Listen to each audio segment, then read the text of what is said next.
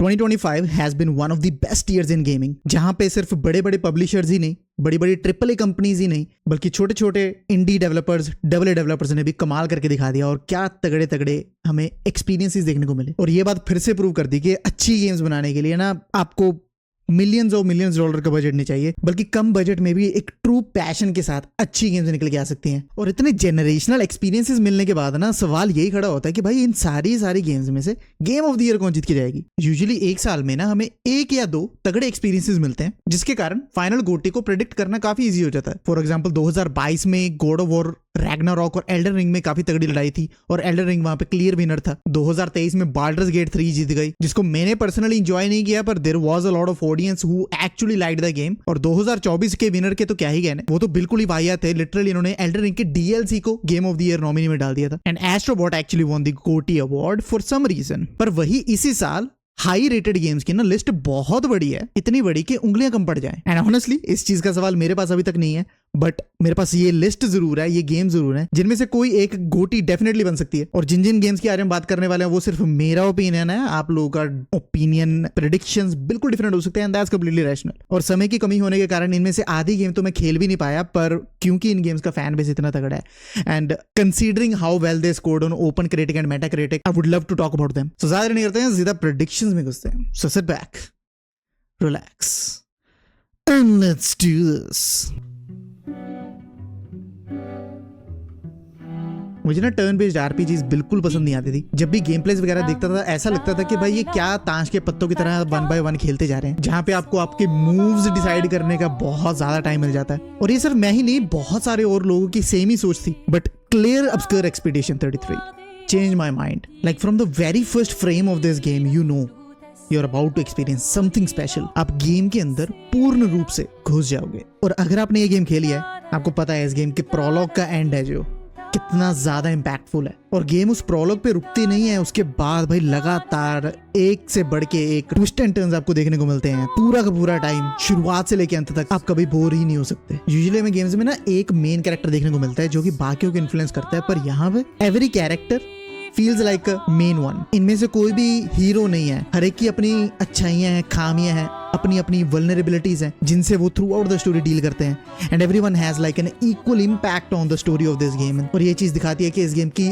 Writing कितनी ज्यादा जबरदस्त है। And special mention on the realistic performances and the voice acting, जिसने वीडियो गेम कैरेक्टर्स के अंदर ना जान डाल दी। इस गेम की कहानी में मैं इतना ज्यादा इमर्ज था ना कि अगर गेम प्ले भी इसका अच्छा ना होता ना तो भी मैं सारी गेम खेल देता। And Sandfall Interactive, the developers of this game, showcased how turn based combat can be engaging as well. This gameplay not only looks good but also feels good and it's like so satisfying, all thanks to the parry and dodge mechanic. सिर्फ इन दो चीजों ने ना turn based games की जो smaller appeal थी ना उसको फिक्स कर दिया। And everything coupled with amazing sound track of this game man. इस पे तो भाई घंटों बात हो सकती है। गाने इतने ज्यादा जबरदस्त हैं कि आपको अगर लिरिक्स समझ में आए या ना आए, पर बार बार सुनने में मजबूर जरूर हो जाओगे। And not only the music, like the in game sound design is like so immersive, it just draws you into this world. And graphically this game looks amazing, like the presentation is extremely over the top. Hands down this is one of the best looking games ever made. Of course Expedition 33 के बारे में मैंने काफी in detail बात की है अपने main channel पे, उस वीडियो को आप जाके देख सकते हो। The link will be in the description down below. इस गेम ने रिलीज होते सार तहलका तो मचाया ही मचाया, पर गेमर्स का भी इनको इतना ज्यादा प्यार मिला that everyone was basically rooting for this game to win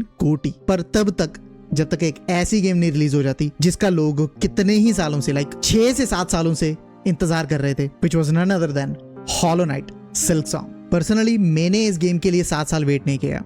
I played Hollow Knight like a few months back and as soon as I played it, it ultimately became one of my personal favorite games of all time। चाहे मैंने इस game को काफी late खेला, but I was following this community for quite a long time। जब मैंने Hollow Knight खेलना चालू किया भाई, इतने भर भर के लोग आए मुझे सपोर्ट करने के लिए लाइव स्ट्रीम्स पे। और भाई ये गेम है ही ऐसी, अगर आप एक बार खेल लोगे ना तो आप चाहोगे कि भाई और लोग खेले और लोगों को इसके बारे में पता लगे। That's how special it is। और अगर आप ना Hollow Knight के सारे एलिमेंट्स को 10 गुना ज्यादा बेटर कर दो ना, Silksong निकल के आएगी। The years of wait was worth it। The world building, the story, the rich lore, the characters were all so amazing। The whole map was like way bigger and way more diverse, जिसको ना explore करके मजा ही आ गया। The world is filled with small sheer details which makes this world feel alive. और जो Hollow Knight के लिए art use हुआ था ना, वो अभी भी कायम है, पर अब वो इतना ज्यादा कलरफुल और वाइब्रेंट, इतना ज्यादा सुंदर दिखता है, आपकी आंखों को सुकून मिल जाएगा. And oh my god, the game play, जिसने भाई सारी की सारी हदें ही पार कर दी. The game is harder than Hollow Knight while being fair. That incredible and so soothing soundtrack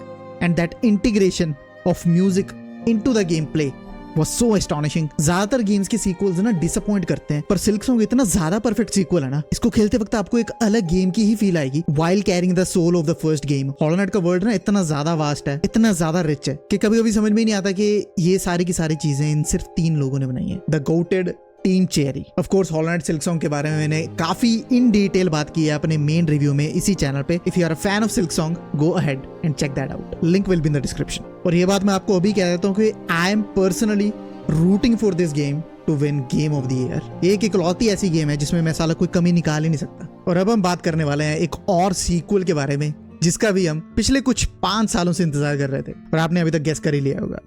हम बात करने वाले हैं घोस्ट ऑफ योते के बारे में. बहुत सारी ओपन वर्ल्ड गेम्स में ना दावा करते हैं डेवलपर्स कि भाई इस गेम में आपको 80 घंटे का कंटेंट मिलेगा, 100 घंटे का कंटेंट मिलेगा, पर कोई भी ये दावा नहीं करता कि क्या उस 100 घंटे में आपको मजा आएगा कि नहीं.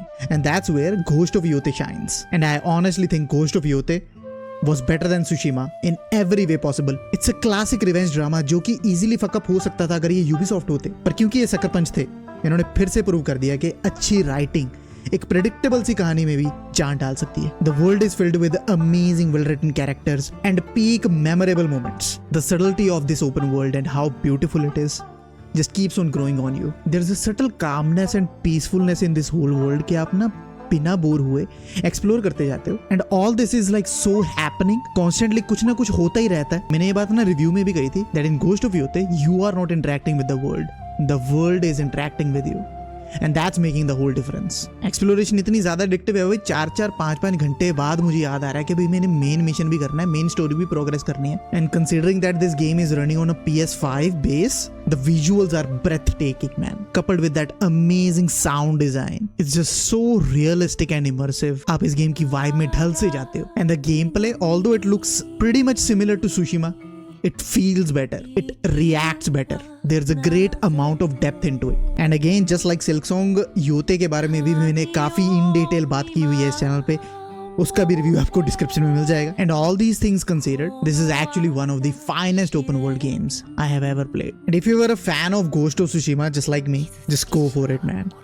It's really that good. और जैसा कि मैंने रिव्यू में कहा था कि घोस्ट ऑफ योते के गोटी जीतने के चांसेस बहुत ही ज्यादा, मैं कहूँगा 0% ही हैं. और इसका रीजन यही है कि ज्यादातर गोटी विनर्स जो होते हैं ना, वो कुछ नया करते हैं, कुछ क्रिएटिव करते हैं. And Yotei is basically like a better version of that same old formula जो कि सदियों से चलता आ रहा है. So ये तो सारी वो गेम्स होगी जो मैंने इस साल खेली हैं. एक्चुअल में कुछ ऐसी गेम्स भी हैं जो मैंने नहीं खेली, पर जितना ये तारीफ मैंने उन गेम्स के बारे में सुनी है, जितना उन गेम्स का फैन बेस है, and how creative and innovative those games are, so इसीलिए उन गेम्स के बारे में भी बात होनी बहुत ज्यादा जरूरी है. और उनमें से पहली गेम है स्प्लिट फिक्शन. अगर आपको नहीं पता, ये एक एक्शन एडवेंचर कोऑप गेम है जिसको बनाया है हेजल लाइट स्टूडियोज ने. और 2021 में ना एक गेम आई थी इट टेक्स टू, और वो गेम इन्हीं डेवलपर्स ने बनाई थी. एंड दैट गेम वाज गोटी ऑफ 2021. सो आप समझ ही सकते हो ये लोग कितने ज्यादा टैलेंटेड हैं. और इट टेक्स टू मैन मैंने खेली है अपने साथी के साथ but it's just split fiction खेलने का यार टाइम ही नहीं मिला. पर जितना भी मैंने इस गेम के बारे में देखा है, समझा है, इसके गेम प्लेस देखे हैं भर भर के,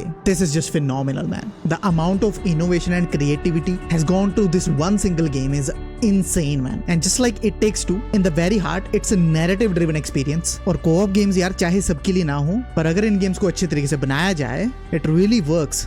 And this game is a living proof of that. Split Fiction is actually standing on a 91% Metacritic score. And even with not a lot of players, there is a highly likely chance that this game will win Game of the Year award. क्योंकि Game of the Year awards में ना जो ज्यादा weightage होती है वो critics के पास होती है, और अगर उनको Split Fiction ज्यादा पसंद आई तो हेजल लाइट स्टूडियोज फिर से इतिहास रच देंगे. और अगली गेम जिसके बारे में बात करने वाले हैं वो है एक और सीक्वल जिसकी बहुत ही एक नीश ऑडियंस थी. इसके पहले पार्ट को काफी कम लोगों ने खेला. कम्युनिटी का रिएक्शन उस गेम को लेके बहुत ही ज्यादा डिवाइसिव था. जिन जिन लोगों को वो गेम पसंद आई वो कुछ ज्यादा ही पसंद आ गई, पर जिनको पसंद नहीं आई उन्होंने तो यही कहा ये तो टट्टी है. पर भाई डेवलपर्स की ना दाद देनी होगी. इतना ज्यादा डिसरप्टिव रिस्पॉन्स होने के बाद भी ना वो राइट वे इसके सीक्वल पे काम करने लग गए. And that's just the result of true passion and a clear belief in their product कि भाई दूसरा कुछ भी कहे हम तो बनाएंगे. A game made by the mastermind behind Metal Gear Solid Hideo Kojima, Death Stranding 2।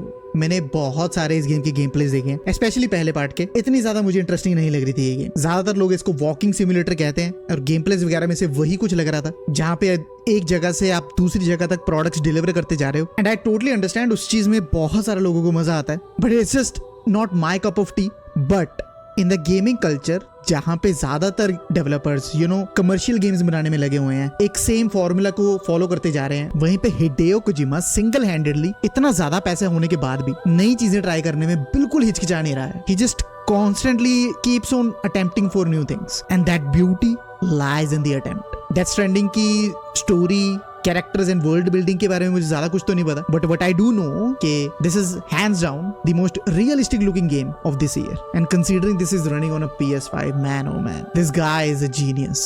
Kojima productions ने बेसिकली DS1 की सारी खामियों को समझा, उनसे सीखा, उन सारी चीजों को ऑलमोस्ट परफेक्ट करके डेथ स्ट्रैंडिंग 2 बनाई। And don't get me wrong, I might not like it, पर जो लोग इस गेम को एंजॉय कर रहे हैं, I have huge respect for you guys. और ये गेम लोगों को कितनी ज्यादा पसंद आई, इसका अंदाजा तो हम मेटाक्रिटिक एंड ओपन क्रिटिक से ही लगा सकते हैं। This game is sitting at like 89 Metacritic score and open critic पे इसको 95% क्रिटिक्स ने रेकमेंड किया है। And I would really appreciate कि अगर आप मुझे ना कुछ रीजंस बताओ कि क्यों मुझे डेथ स्ट्रैंडिंग को ट्राई करना चाहिए, क्या इसमें खास है जो शायद मुझे अपील करे। I would love to hear your thoughts. And the next is another sequel to a beloved video game, Kingdom Come Deliverance 2। So ये बेसिकली एक ओपन वर्ल्ड एक्शन RPG है जिसको बनाया है वॉर हॉर्स स्टूडियोज ने। यहाँ पे भी डेवलपर्स ने पहले पार्ट की गलतियों से सीख के एक बेटर वर्जन निकाल के दिया, offering the most immersive and realistic sandboxes ever. ये गेम सिर्फ नाम की RPG नहीं है, यहाँ पे आपके एक्शंस के लिटरली कॉन्सिक्वेंसेज होते हैं। एंड कमिंग फ्रॉम विचर 3,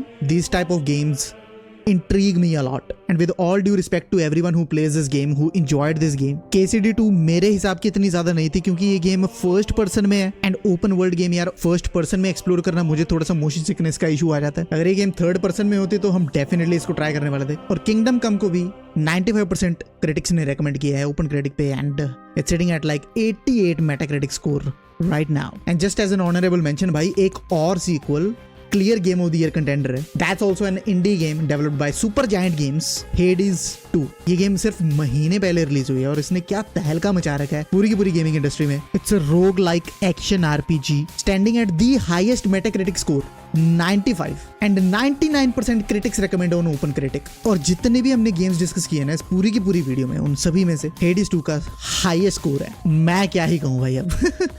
like literally man, indie games are killing it, specially this year. वही चीज है यार, इस साल ना बहुत सारी हाई रेटेड गेम्स रिलीज हो गई। एक clear game of the year predict करना ना बहुत ज्यादा मुश्किल है। It's next to impossible, but there is one game जिसको लेके अभी तक मेजोरिटी ऑफ द कम्युनिटी अड़ी हुई है कि भाई यही गेम ऑफ द ईयर जीतना चाहिए, वो है क्लेयर ऑब्सक्योर एक्सपीडिशन 33। सो आज की वीडियो के लिए यार इतना ही। कोर्स अगर आपको मजा आया तो वीडियो को लाइक जरूर कर देना। अगेन जो भी मैंने आज गेम्स डिस्कस की वो सिर्फ मेरा ओपिनियन है। आप कौन कौन सी गेम्स को game of the year nominees में देखना चाहते हो मुझे कमेंट करके जरूर बताना। And definitely do let me know आपके हिसाब से कौन सी गेम गोटी जीतेगी। एंड डेफिनेटली ऐसे ही गेमिंग के पर्सपेक्टिव्स जानने के लिए, गेमिंग के रिलेटेड कंटेंट देखने के लिए इस चैनल को भी सब्सक्राइब जरूर से कर सकते हो। And of course if you are interested in watching game play walk throughs तो आप मेरे main channel Shadow Strike Gaming को भी सब्सक्राइब कर सकते हो, उसका लिंक आपको नीचे डिस्क्रिप्शन में मिल ही जाएगा। सो या मैं मिलता हूँ आपको न्यू एपिसोड में, and this is Tushar signing off. Good bye.